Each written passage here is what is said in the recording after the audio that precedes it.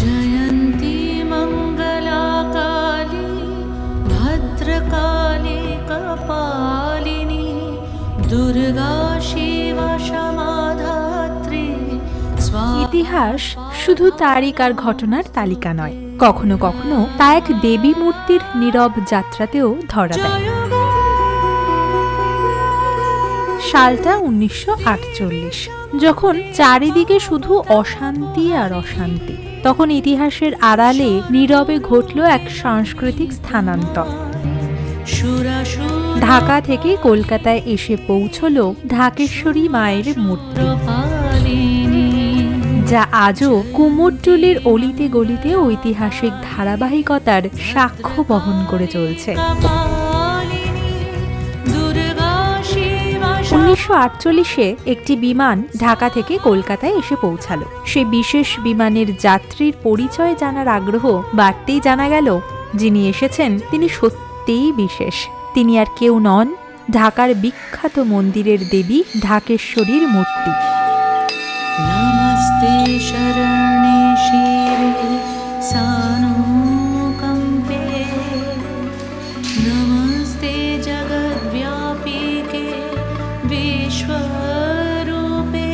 কলকাতায় পৌঁছানোর পর ঢাকেশ্বরী দেবীর মূর্তিটি শিল্পপতি দেবেন্দ্রনাথ চৌধুরীর বাসভবনে নিয়ে যাওয়া হয়। সেখানে নিয়মিত মায়ের পুজোর ব্যবস্থা করা হয়। পরবর্তীতে তিনি কুমোরটুলিতে জমি ক্রয় করে একটি মন্দির নির্মাণ করেন।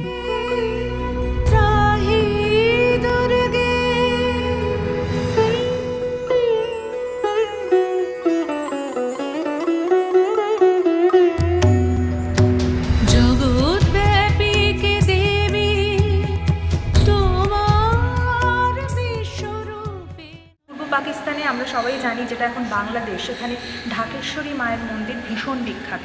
কিন্তু সেই আসল ঢাকেশ্বরী মা, সেই ছোট্ট সোনার দুর্গা, সে কিন্তু আজকে কলকাতার কুমারটুলিতে বিমানে করে সেই সময় কাগজে চাপা পড়ে একটা বাক্সের মধ্যে মুড়ে নিয়ে আসা হয়েছিল। এই দেবীর ইতিহাস বহমান বাংলার সেন রাজবংশের সময় থেকে। দ্বাদশ শতকে রাজা বল্লাল সেন নিজের জন্মস্থানে একটি মন্দির নির্মাণ করেন। পরবর্তীকালে সেই মন্দিরই ঢাকার ঢাকেশ্বরীর মন্দির নামে খ্যাতি লাভ করে।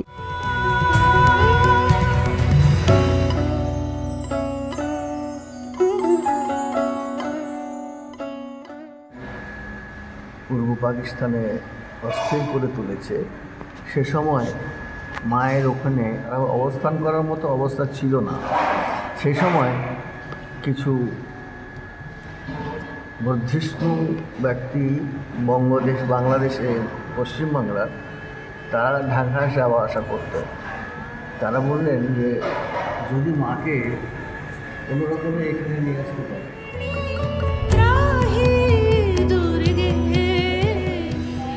কথিত আছে মূর্তিটি মাটি খনন করে পাওয়া গিয়েছিল, তাই দেবীর নাম হয় ঢাকেশ্বরী।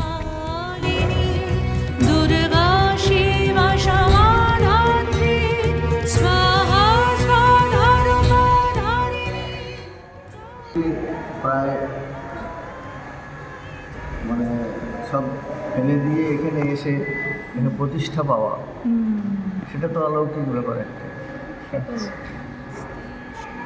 যারা ঢাকাবাসী সেখানে এসে বসবাস করেছেন, তারা কিন্তু তাদের বাড়িতে কোনো শুভ কাজ হলে, যেমন অন্নপ্রাশন, বইতে, বিয়ে, সেসব হলে তারা আগে মায়ের কাছে পুজো পাঠ দিয়ে। মূর্তির দুই পাশে রয়েছে লক্ষ্মী, সরস্বতী, কার্তিক ও গণেশ।